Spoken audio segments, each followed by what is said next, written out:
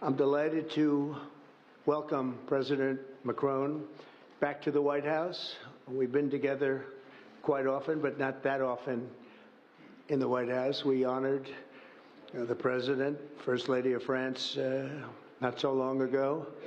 It was a beautiful evening, and we will not soon forget it. It was a beautiful day and evening, and many fond memories. I also want to thank Emmanuel for hosting me in Paris last December after a historic election win to witness the reopening of the spectacular Notre Dame Cathedral, where you did an outstanding job in bringing it back together. That was a sad day watching that burn. And 5 years later, you had it up, and it was, they say, more beautiful than it was before. So I think that's a great achievement. That was not easy. France is America's oldest ally. Our cherished partnership has been a force for freedom, prosperity, and peace from the very beginning. We're now working on some very interesting developments. One in particular, as you know, the war between Russia and Ukraine.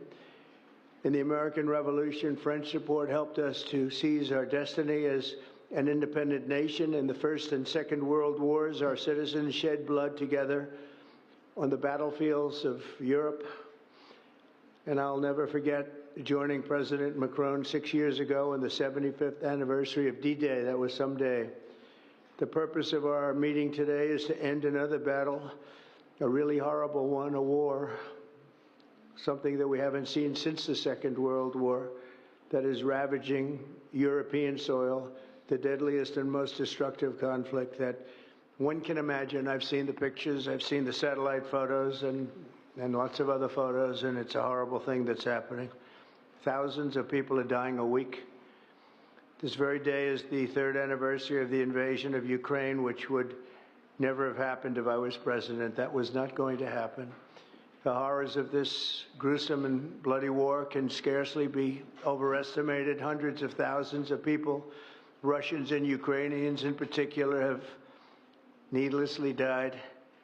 An entire generation of Ukrainians and Russian men has been decimated. 1,000-year-old cities have been turned into rubble. Those beautiful spires that you used to see there, they were most beautiful in the world, they say, are lying in heaps of rubble, blasted to smithereens.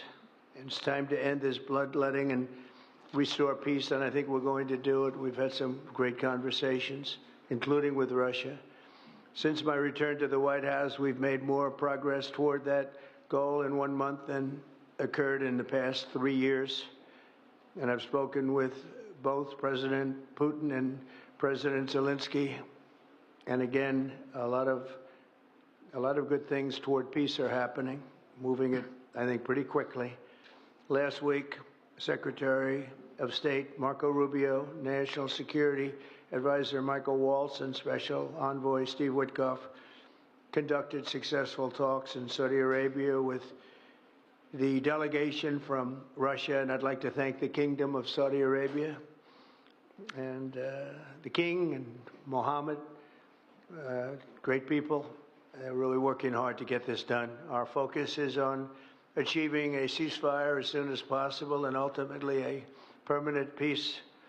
My meeting with President Macron today was another important step forward in that sphere, because he's been very much involved right from the beginning in trying to get it over with, and we're going to get it done. I believe that Emmanuel agrees with me on many of the most important issues. Chief among them is this is the right time. It may be the only time. You know, that's a very interesting and horrible situation, and that could evolve into a third world war. We're not going to let that happen. Should have never started, but it did. And what a mess, what a horrible, bloody mess. I'm also pleased that President Macron agrees that the cost and burden of securing the peace must be borne by the nations of Europe, not alone by the United States. And Europe must take that central role in assuring long-term security of Ukraine, which they want to do. And that's not a very big step. A big step is what's going to happen over the next few weeks. The United States has put up far more aid for Ukraine than any other nation. Hundreds of billions of dollars we've spent more than 300 billion, and Europe has spent about 100 billion. That's a big difference, and at some point we should equalize. But hopefully we won't have to worry about that. We have other things happening that maybe take that out of the realm of necessity. And while we've given vast amounts of military aid and money in form of grants, much of Europe's contribution has been economic relief structured as loans for which they'll be repaid. Like the Europeans, I believe that taxpayers in the United States also deserve to recoup the colossal amounts of money that we've sent. The previous administration never even thought of that. They didn't think of a lot of things, like why did they let it start in the first place? That is why we must have an agreement with Ukraine on critical minerals and rare earths and various other things as security. And I think that that's happening. I think we've made a lot of progress. I had a report just given to me before walking in that we've made, Emmanuel, a great deal of progress toward getting that. I've been elected by the American people to restore common sense to Washington and indeed to the world. And I believe strongly that it's in the best interest of the United States, the best interest in Europe, the best interest of Ukraine, and indeed the best interest of Russia to stop the killing now and bring the world to peace. My administration is making a decisive break with the foreign policy failures of the past administration and, frankly, the past. I ran against a very foolish foreign policy establishment, and their recklessness has led to the death of many, many people. Under our administration, we're forging a new path that promotes peace around the world. And when I left office for the first administration, first term, we had no wars, we had no problems. We didn't have October 7th with Israel. We didn't have Russia and Ukraine going at it. We didn't have the problems in other parts of the Middle East. We didn't have inflation. It was a whole different world. And you know what else we didn't have? Millions of people pouring through our borders, many of them criminals released from other nations and put right into our land, murderers and drug dealers, gangs. We didn't have any of that. It's a different time, but now we have it and we're fixing it. We'll fix it all up. We'll get it done as quickly as possible. And we've made a great deal of progress. People are saying it was the best month for a president in our country's history. I hope that's right, but I feel it's right. We've done a lot of things in a very short period of time, 4 weeks. As I've said before, it's my hope that my greatest legacy, however, will be as a peacemaker and a unifier. I want to bring peace, not war. I thank President Macron for joining us today in this urgent work we're doing. And we have some wonderful people up front right here that have worked so hard. Steve Witkoff, thank you very much. And Michael Waltz, thank you. Scott, thank you very much. And JD, thank you. They've really done a job. They worked very hard. It's a real passion to get this war ended. And I'd like to now invite Emmanuel to say a few words, and then we'll take questions.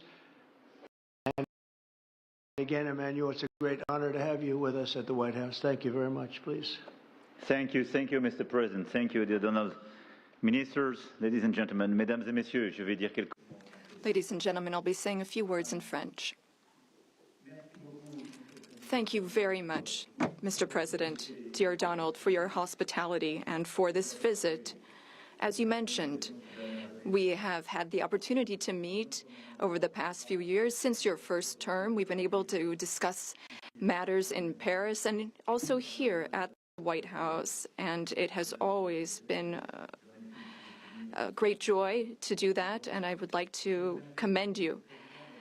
And thank you, Mr. President, for extending this friendship to France and taking part in the ceremony at Notre Dame that you mentioned before. It was a great honor for the French people to reopen the cathedral to the rest of the world, and your presence was a testament to that friendship. As the President said, this friendship dates back to the Revolutionary War, since the beginning of the United States, and whenever we've needed to, we've been able to come together and be on the right side. We've been able to be united to defend peace and sovereignty. namely in the two world wars that marked the 20th century, from Lafayette to Pershing and to the many Americans who landed on Omaha Beach. And we spoke earlier before, and you mentioned that one of those gentlemen was able to visit you here, one of the veterans. This is part of history which puts us in the world that we are in today. And as the President just said, there are many challenges in this world. And over the past few days, we have one main objective, which is the geopolitical situation. Mr. President, I really wish to thank you for making changes to your schedule to meet with us so quickly. I think we've made very substantive steps forward during our discussions, and this is a major step in what we're experiencing today. We had a video conference with all of the G7 leaders, which was an opportunity for us to discuss this matter 3 days after the Russian war in Ukraine, and to express our support for President Zelensky to the Ukrainian people, but also to speak and share about our desire for a lasting peace. This is what we have spoken about very forcibly over the past few weeks. We thought that this war was only going to last a few weeks when it broke out in 2022. We admire greatly the courage of the Ukrainian people. And Mr. President, I wish to thank you for this. You mentioned that there are responsibilities on Europe's side, and indeed, we have invested $128 billion in aid to Ukraine and the Ukrainians. Ukraine has been able to hold the front of our collective security. It's fought over these past few years for its independence and for its sovereignty, but also for our collective security, because I think that no one in this room wants to live in a world where it's the law of the strongest and international borders can be violated from one day to the next by anyone.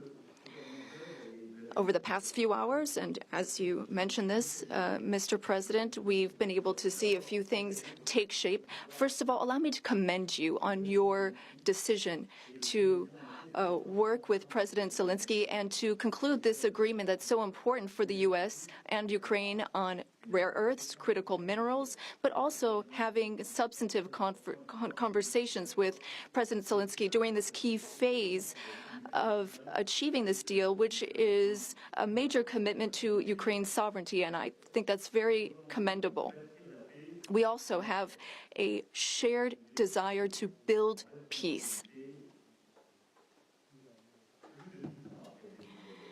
We will have this responsibility.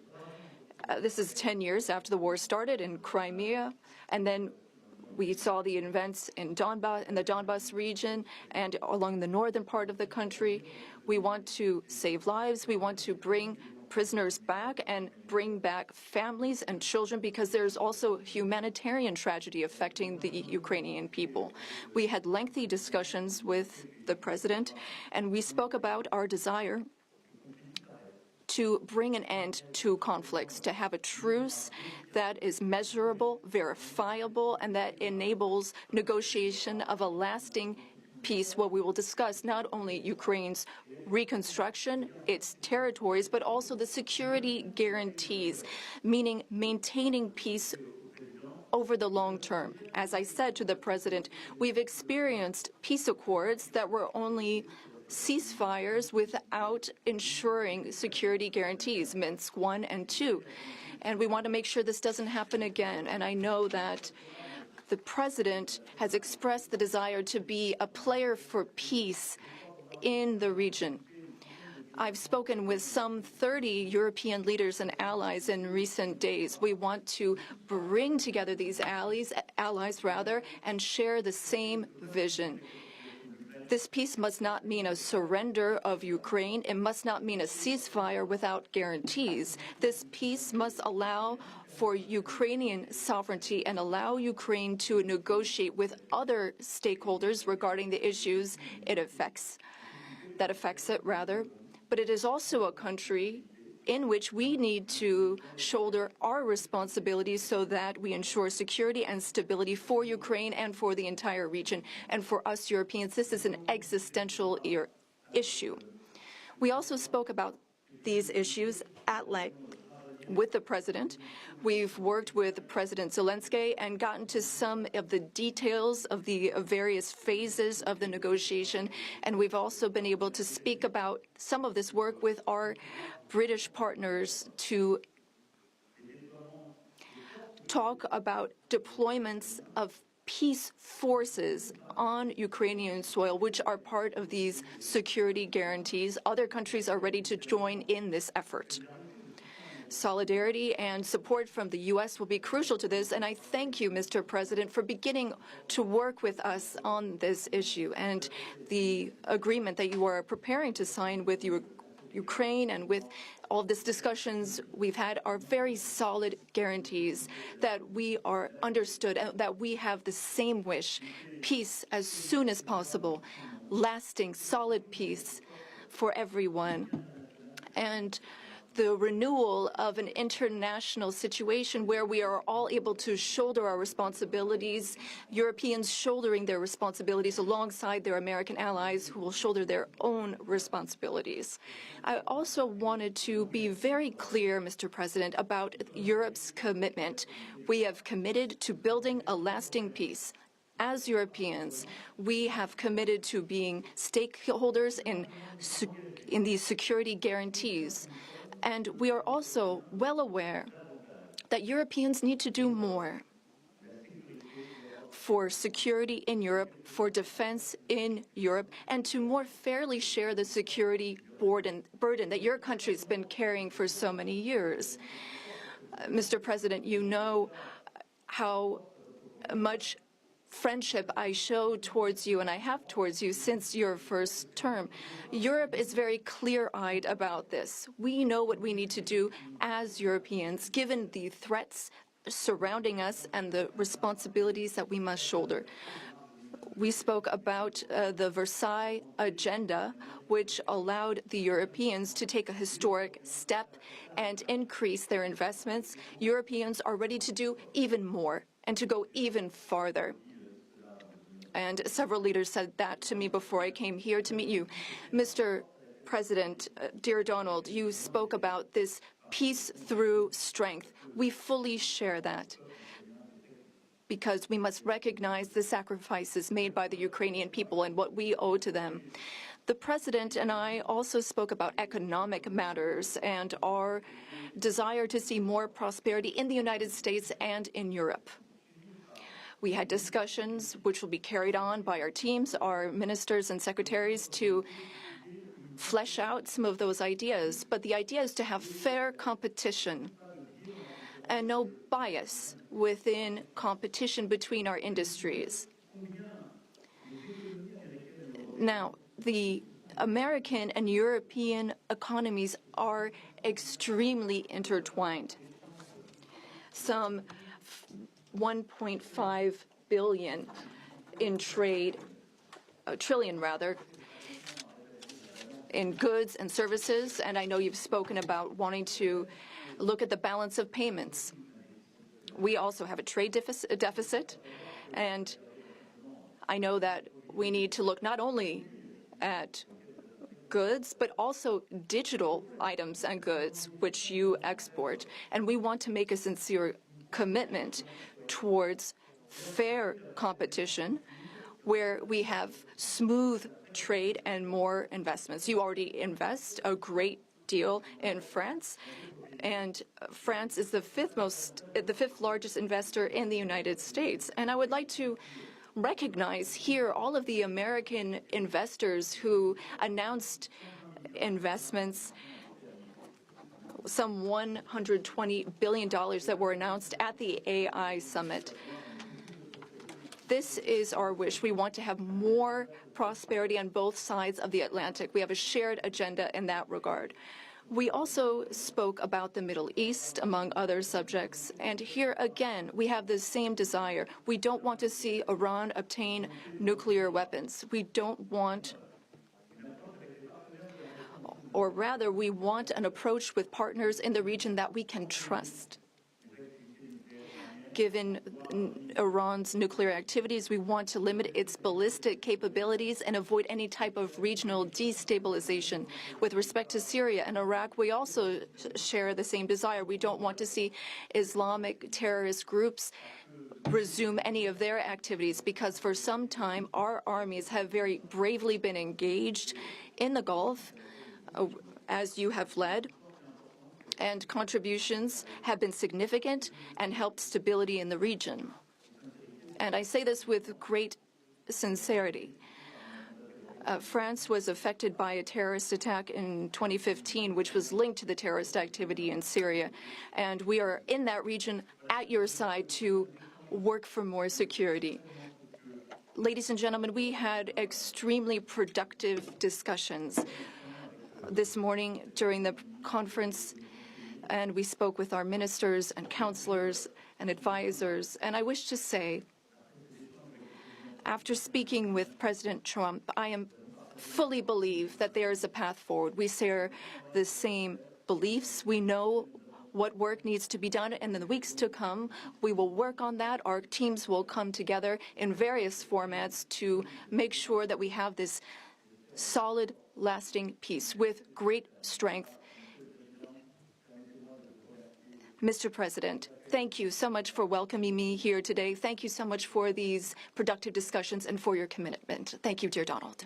Well, I was honored by it. It was a big poll, and it's usually a poll that leans on the other side of things, the other side of the world, so to speak. But the Harvard poll is a respected poll, and it has us not only leading, but leading by a lot, and leading on every single issue that we've talked about. And as I said, we've become the party of common sense. And I think that's a very important element now, common sense, because what's happening in the world and even in this country, some of the things that took place, many of them are now canceled, and the rest are being canceled as we speak. But we've moved very rapidly and I think very effectively. So I was honored by that poll. Thank you very much. Appreciate it. Go ahead, please, go ahead. Mr. President, you said before that you would like to see Russia. Yes, go ahead.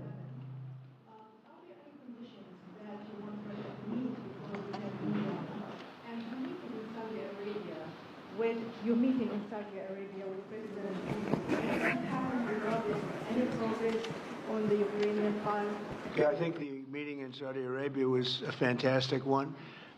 We met with the Crown Prince, who's a fantastic young guy. He's young, but with great imagination and tremendously respected all over the world. And he goes right to the king, and the king is incredible. Gotten to be friends with both of them very much, and they want to see this ended, and they're going all out to make sure that it is ended. I think Russia, likewise, I've spoken to President Putin, and my people are dealing with him constantly, and his people in particular. And they want to do something. I mean, that's what I do. I do deals. My whole life is deals. That's all I know is deals. And I know when somebody wants to make it and when somebody doesn't. I will say this, before I came here, there was no communication with Russia whatsoever, and Russia wasn't answering calls. They were not talking to anybody. They wouldn't talk to anybody, and people sort of accepted that as being that they want to go forward and just keep going without stop. But when I got here, one of the first calls I made was to President Putin, and we were treated with great respect, and they want to end this war. So that's a big thing, because I didn't know if I could say that, but it's a big thing. They want to do it, and the group in the front row that I introduced, they're all very active in it, and we're working on deals right now, transactions right now, and in particular, the big one is to get the war stopped, whether it's ceasefire or direct to an agreement. I'd like to go directly to an agreement, but ceasefire will always happen a little bit quicker. And every day you're saving thousands, or at least hundreds, but thousands in some cases lives. So we want to see if we can get that done very quickly. Yes, for The President, please. Thank you. Sylvie Corbett, I'm a correspondent based in Paris. Question for both of you, actually. Mr. Macron, you were one of the last Western leaders to speak to Putin before Ukraine's invasion. What advice, what recommendation could you make to President Trump to make sure that this time you can get strong enough guarantees from Putin to get a peace deal that lasts this time? And Mr. President Trump, what makes you think you can trust Putin in those negotiations? Thank you. Look, I will never give any advice to President Trump. We have friendly and trustful discussion, but my experience with President Putin is the following. Number one, I always think it's good to have discussion with other leaders, and especially when you disagree. I stopped my discussion with President Putin after Bucha and the war crimes because I considered that, we had nothing to get from him in that time. Now there is a big change because there is a new U.S. administration, so this is a new context. So there is good reason for President Trump to re-engage with President Putin. But my experience is the following. And I shared it with President Trump and the team. In 2014, our predecessors negotiated peace with President Putin. But because of the lack of guarantees, and especially security guarantees, President Putin violated this peace. And I had several discussions, especially at the beginning of 2022, several times, 7 hours with President Putin, 15 days before launching of the attack. He denied everything, but we didn't have security guarantees. So this is why being strong and having deterrence capacities is the only way to be sure it will be respected. And I insisted on that, and this is why I believe that the US has the capacity to do so. And this is why I think we should never say, I will never send any boots on the ground, because you give a blank check to violate any type of commitment. So I think it's good to have discussion. I think it's useful to have negotiation. I think it's super important to go to the peace. But my strong point was to say, let's try to get something first which can be assessed, checked and verified. And let's be sure that we build sufficient guarantees on the short run. And this is where we are ready to be engaged. As for France, a lot of my European colleagues are ready to be engaged. But we do need this American backup, because this is part of the credibility of the security guarantees. And this is our collective deterrence capacity. And I have the feeling that the President has this capacity. I think it's very much to the benefit of Russia to make a deal. And I feel that we'll do that. It is what it is. Again, it's a war that should have never been started. It's a war that would not have been started if I were president. But it did start, and it's at a terrible level where cities are burned down and shot down to the ground. It looks like demolition sites, a whole big pile of demolition sites, and we got to get it stopped. Too many people, too much agony. The whole culture is destroyed when you rip down some of those ancient, really ancient or near ancient buildings. It's so sad to see, but I think it's very much to the benefit of this tremendous distrust on both sides. That's why it's good that I'm coming in now, but I think it's to the very much benefit of Russia to make a deal and to go on with leading Russia in a very positive way. That's what you have to do. But I really believe that he wants to make a deal. Maybe wrong, but I believe he wants to make a deal. Yeah, go ahead, please. Mr. President, next week there's a key deadline for your Canada and Mexico tariffs. I believe those countries have done enough on the border to stop those from taking effect. And for President Macron, I'm wondering if you believe that this critical minerals deal with Ukraine represents a de facto security guarantee by the United States, since the U.S. would have an interest in protecting those reserves in Ukraine. Thank you. We're on time with the tariffs, and it seems like that's moving along very rapidly. We've been mistreated very badly by many countries, not just Canada and Mexico. We've been taken advantage of. We were led by, in some cases, fools, because anybody that would sign documents like they signed, where they were able to take advantage of the American people, like has happened over the last long period of time, except for a little 4-year period that took place 4 years ago. But anybody that would agree to allow this to happen to our country should be ashamed of themselves. No, the tariffs are going forward on time, on schedule. This is an abuse that took place for many, many years. And I'm not even blaming the other countries that did this. I blame our leadership for allowing it to happen. I mean, you know, who can blame them if they made these great deals with the United States, took advantage of the United States on manufacturing, on just about everything. Every aspect that you can imagine they took advantage of. I look at some of these agreements, I'd read them at night, and I'd say, who would ever sign a thing like this? So the tariffs will go forward, yes, and we're going to make up a lot of territory. All we want is reciprocal. We want reciprocity. We want to have the same. So if somebody charges us, we charge them. It's very simple, but it'll be very good for our country. Our country will be extremely liquid and rich again. Plus, we're doing other things, as you know. We're finding tremendous waste, fraud, and abuse at levels that nobody thought possible. You're seeing what's going on. And that was also part of the Harvard poll. Do you agree with what President Trump is doing with Elon and others that are looking for the waste, fraud, and abuse? And the numbers were staggering. It was like 70% to 2%. Everybody wants to find out. They don't like it. And, you know, the radical left or whoever it may be starts screaming about the Constitution. But it has nothing to do with the Constitution. It has to do with fairness to this country. It has to do with being ripped off. And when you read the things that all of these billions, and I mean many billions, hundreds of billions of dollars have been spent on, that's all you have to do is stand up here and read them. I could stand up all day and read the kind of things where we're spending all of this money. The good news is that when you think of how rich a nation we can be when we get rid of this, you know, sometimes you'll buy a company and you'll see it was really well run. They accounted for every penny. Well, not much you can do there. You got yourself a bad deal. This one is the exact opposite. Tremendous fraud, tremendous waste. And when you think of what it is, you know, Elon uses an expression, caring.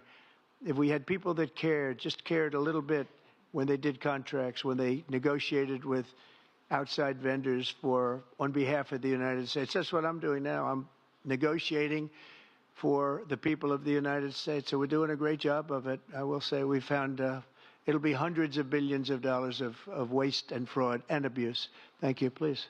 Look, I think this discussion is a very important one. First, because it's important for the U.S., and it will be a good occasion for a first very important meeting between President Trump and President Zelensky. Second, I think there is a lot of economic upside on both sides. And third, de facto, there is a recognition of Ukrainian sovereignty, a recognition of the Ukrainian interests, and this is de facto a very important alignment of interests. Now, the security guarantees will be negotiated in due time in a full-fledged package of a peace security. But this peace, as it is now written and negotiated, and as this meeting is scheduled, is an important step forward, full-fledged peace agreement. Okay, please, go ahead. To the President. Monsieur le Président Trump, President Trump, President Macron. to make a deal with Putin. So when you do a deal, it's a win-win deal. What are you giving to him and what is he going to give you to America? And I was impressed by the way you referred to Notre Dame and that you were impressed by the reconstruction of Notre Dame. A lot of Americans have sent money to Paris to participate to the reconstruction of Notre Dame. As a President of the United States, are you going to contribute to the reconstruction of Ukraine? Et Monsieur le Président Macron? President Macron, What for you is the main area of progress in your meeting with President Trump? Can you confirm that there is an agreement to send European peacekeeping troops? Will France participate in that? How many troops? What would they be doing? Would this represent a great danger to send French and European troops to Ukraine? Well, I guess it's a little strange question because you ask whether or not we're going to, on behalf of the United States, contribute to Ukraine. I mean, we're in there for about $350 billion. I think that's a pretty big contribution. I do appreciate the first part of your question, however, because I think they've done an incredible job with the Cathedral of Notre Dame. I think the president has done. I know he headed it up, and I know how hard he worked, and it took a period of time, but really not a long period of time considering what that was, so delicate, so beautiful. And I was there, and I saw the work, and I'm very good at construction. I know good construction. I know bad construction. They did a beautiful job, and this man has to be given a lot of credit for that. It's an incredible cathedral. Most people thought it couldn't be saved, and if it was, it would have to be built in a different form, and we didn't want to see a different form. We wanted to see the same form that you built. So I just want to congratulate you. That was an amazing job. I don't think you've gotten enough credit for it. Someday you will. Someday you will. Thank you, Donald. Merci beaucoup. Thank you very much. To go back to your question, today's discussion showed several areas of progress. First, we have been working a great deal with President Zelensky to have a proposal that's acceptable to Ukraine. President Trump has confirmed that he will be meeting with President Zelensky very soon to finalize the agreement on critical minerals and rare earths and to speak together about that matter. That's a very important step forward. The second thing is that during our discussions, we were able to go into some of the details about the proposal that we have just made to have a truce, a peace, and be able to measure that and then structure our discussions on that basis.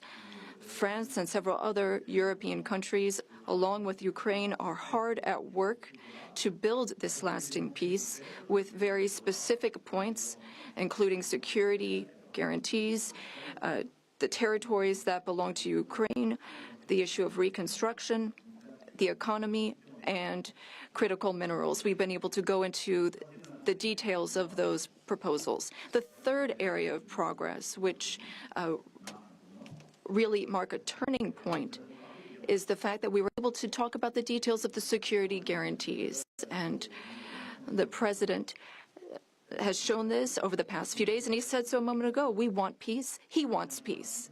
We want peace swiftly, but we don't want an agreement that is weak. The fact that there are Europeans that are ready to engage to provide for these security guarantees. And now there's a clear American message that the U.S., as an ally, is ready to provide that solidarity for that approach. That's a turning point, in my view. And that is one of the great areas of progress that we've made during this trip and during this discussion. When it comes to troops, in the past, a year ago specifically, we saw a reason to talk about sending troops for strategic regions. Today, when we talk about troops, we're talking about sending them in after we've negotiated a lasting peace. And once we have that solid, lasting peace, that's part of an agreement signed by Ukraine, signed by Russia, and for which we will provide the guarantees, then at that point, and recently France has worked with the UK to provide its contributions. We've worked on plans. We've worked with our militaries not to go to the front lines, not to go into occupied territories, but as a show of support to show that we have a negotiated peace signed by both sides, and that is a peace we will preserve. So these would be peaceful deployments of troops, not for combat. These would be deployments of an assurance force. They would be limited, but they show solidarity. I've also spoken with all of our allies, and there are European and non-European allies who are ready and willing to take part in that effort. countries have helped Ukraine maintain its military capabilities in terms of the number of soldiers it has, equipment, whereas others have provided logistical support on the ground. The question is whether or in what form the U.S. will contribute. And during our discussions, and during the discussions with Russia, we've understood that this would be acceptable to Russia, and that's a very important area of progress. And that means that in this context, the Europeans will shoulder their part of the burden, their share of the burden. We have a strong alliance that we've built over the decades. We have our solidarity, and we have deterrence capacities. What does it mean? Would it be dangerous? If there is an agreement signed by Ukraine and Russia, thanks to the efforts of President Trump, and if we provide the guarantees and Russia violates the agreement, then it would be in conflict with everyone who is engaged in the peace process. And that is a change. That was something we did not see in the past. That's not what we saw in 2014. So that is the real change that we're marking. We have this deterrence capacity on the American side. We have the capacity for engagement on the European side, and that's something we're going to continue working on together. It's not dangerous, but it's credible. It's less dangerous than things that could happen in the long term. And I think this is what we need to do to ensure security. And I say this very clearly. We're also talking about security for Europeans. I've been saying this for weeks now. If we do not guarantee the security of this territory within Europe, then how can we guarantee our own security for one and all? We live just 1,500 kilometers from Ukraine, and the Germans and Polish are even closer. So our collective security is important. We need to answer this call for Europeans to be more engaged, and Americans will be there still in solidarity. Europeans are working for their collective security, but I really think this was a turning point today in our discussions. Emmanuel, thank you very much. Great job, and it's been wonderful being with you. Say hello to your beautiful wife, and we will see you again soon. We'll be speaking often. We'll get this thing worked out. We're going to get it done. So important, and great job. Thank you.